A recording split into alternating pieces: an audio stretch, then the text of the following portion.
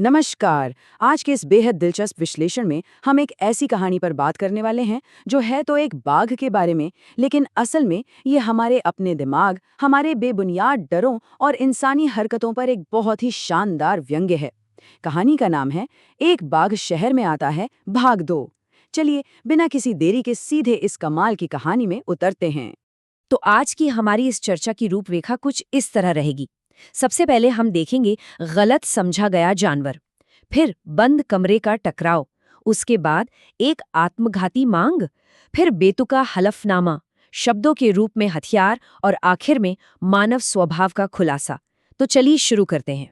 शुरुआत करते हैं हमारे पहले भाग से, गलत समझा गया जानवर। आइए देखते हैं कि इस पूरी कहानी के पीछे का सबसे बड़ा मनोवैज्ञानिक खेल आखिर है क्या। हम इंसानों की एक बहुत अजीब सी आदत होती है।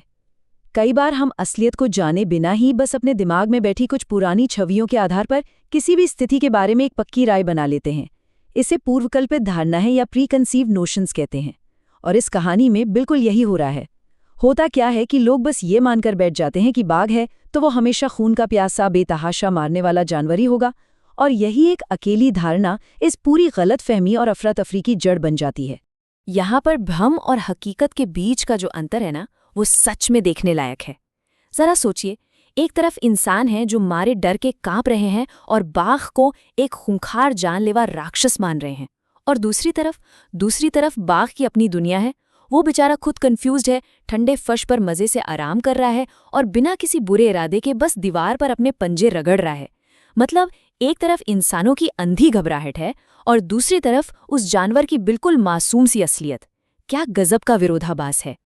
अब कहानी थोड़ा आगे बढ़ती है और हम आते हैं अपने दूसरे भाग पर, बंद कमरे का टकराव। तो अब स्थिति कुछ ऐसी है कि हेडमास्टर साहब बाघ के साथ कमरे के अंदर फंसे हुए हैं, या यूं कहें कि डर के मारे ऊपर अटारी में दुबके हुए हैं। और बाहर जो डरे हुए शिक्षक हैं, उन्होंने क्या किया? उन्होंने बाहर से ही दरवाजा बंद कर दिया। जब सर्कस मास्टर वहां पहुंचता है और कहता है कि भाई मुझे अंदर जाने दो, तो वो लोग उसे भी साफ मना कर देते हैं। बस यहीं से कहानी का असली और तनावपूर्ण टकराव शुरू होता है। अब एक सेकंड के लिए इस पूरे नज़ारे को बाघ की नज़रों से देखने की कोशिश करते हैं। बाघ कमरे में बिल्कुल शांति से बैठा है, लेकिन ये इंसान ये ऊपर अटारी में लटके हुए हैं। बिना किसी लॉजिक के अलार्म बज रहे हैं, चीख पुकार मची है और हर कोई पूरी तरह से दहशत में है। बाघ खुद हैरान होगा कि भाई मुझे तो कुछ करना ही नहीं है, तो फिर ये लोग इतनी अजीब और हास्यास्पद हरकतें क्यों कर रहे हैं। ये पूरा नज़ारा इंसानों की घबराहट को बहुत ही बेतुका और मजाकिया बना देता है। यहीं से कहानी में टेंशन और बढ़ जाती है जब हम पहुंचते हैं तीसरे भाग पर, एक आत्मघाती मांग। शिक्षकों का डर इस एक वाक्य में पूरी तरह से छलक कर बाहर आ जाता है। जब सर्कस मास्टर कहता है कि वो निहत्थे अंदर जाएगा, तो शिक्षकों के तो होश ही उड़ जाते हैं। उन्हें लगता है कि ये आदमी पागल हो गया है। उनके हिसाब से एक बाघ के सामने बिना हथियार के जाने का सीधा सा मतलब है खुशी खुशी अपनी जान दे देना। उन्हें ये बात बिल्कुल समझ नहीं आ रही कि कोई इंसान ऐसी भयानक स्थिति में इतना निडर कैसे हो सकता है। और यहाँ पर जो सबसे दिलचस्प चीज है वो है दोनों पक्षों का अंतर। एक तरफ भीड़ है जो डर के मारे पागलों की तरह व्यवहार कर रही है, और दूसरी तरफ सर्कस मास्टर है जो एकदम शांत और तार्किक है। वो बहुत ही प्यार से समझाता है कि देखिए, बाघों को साधना तो मेरा काम ही है, मैं बस अंदर जाऊंगा और बेचारे हेडमास्टर जी को अटारी से सुरक्षित नीचे उतार लाऊंगा। लेकिन अजीब बात देखिए, मास्टर की ये शांति उन डरे हुए लोगों को शांत करने के बजाय और ज्यादा डरा देती है। तो अब ये सवाल उठना तो लाजमी है, बाहर खड़ी उस डरी हुई भीड़ के लिए तो ये सीधा सीधा मौत के मुंह में जाना है। लेकिन क्या सच में ऐसा है? क्या अंदर जाना वाकई एक घातक गलती साबित होगी? ये सवाल कहानी को एकदम उसके चरम पर लाकर खड़ा कर देता है। और फिर आता है इस विश्लेषण का सबसे मजेदार हिस्सा, भाग 4, बेतुका हलफनामा। कमाल की बात यह है कि कहानी का सबसे बड़ा सस्पेंस कोई बाघ का हमला नहीं है, बल्कि हमारे सरकारी सिस्टम और लाल फीता शाही का एक बहुत ही अजीबोगरीब पल है। जरा इस पूरी घटना के बेतुकेपन पर गौर कीजिए। बंद कमरे के अंदर एक कथित जानलेवा जानवर बैठा है, लेकिन चेयरमैन साहब को किस बात की फिक्र है? कागजी कार्रवाई की।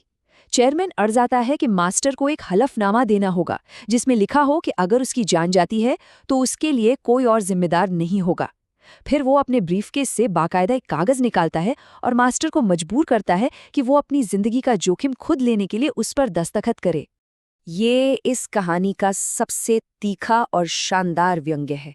मतलब बगल के कमरे में एक खूंखार जानवर है और यहाँ किस बात पर फोकस है? लीगल पेपर वर्क और साइन करने पर। ये साफ दिखाता है कि इंसानों के बनाए हुए नियम और सरकारी तौर तरीके कितने कठोर और संवेदनहीन हो चुके हैं। जीवन और मृत्यु जैसे गंभीर समय में भी एक कागज के टुकड़े को इंसान की जान से ज्यादा अहमियत दी जा रही है। लेकिन ये बात सिर्फ कागज पर हस्ताक्षर करने तक ही नहीं रुकती, ये तो एक पूरी बौद्धिक लड़ाई बन जाती है। हम आते हैं भाग 5 पर, शब्दों के रूप में हथियार। सर्कस मास्टर जब उस हलफनामे पर हस्ताक्षर करता है तो वो चुपचाप ऐसा नहीं करता। वो उस कागज पर अपनी तरफ से करारी टिप्पणी भी जोड़ देता है। वो लिखता है कि मैंने ये सब चेयरमैन साहब की भारी भरकम शब्दावली के सम्मान में किया है, लेकिन चेयरमैन बिना किसी तुक के अपने अधिकारों का पूरी तरह से गलत इस्तेमाल कर रहे हैं। सोचिए, उस तनाव के माहौल में ये मास्टर का ये कितना तीखा और सटीक जवाब था।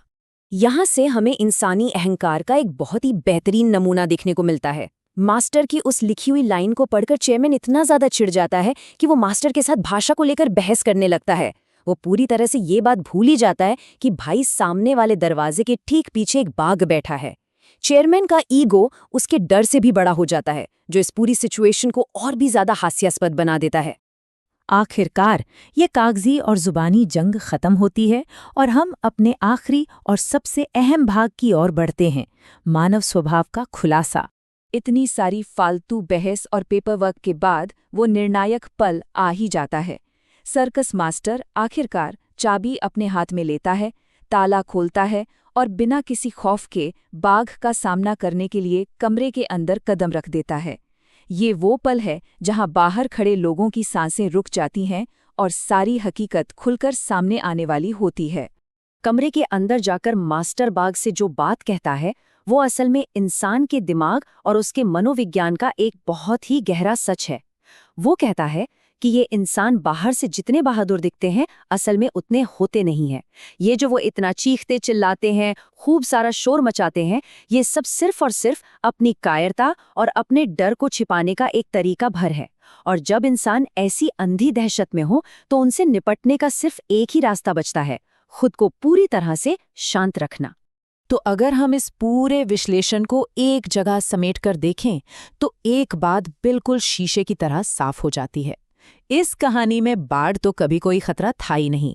असली खतरा क्या था? असली खतरा था इंसानों की खुद की गलत फहमी, उनका वो बेवजह का कायरों वाला डर और संकट के समय में उन बेतुके सरकारी नियमों पर अड़े रहना जिनका कोई मतलब ही नहीं था।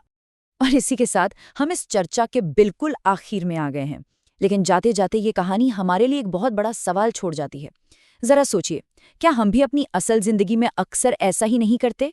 न जाने कितनी बार बस अपनी पुरानी धारणाओं की वजह से हम किसी बिल्कुल साधारण और बेजरर सी स्थिति को अपने दिमाग में एक भयानक राक्षस का रूप दे देते हैं।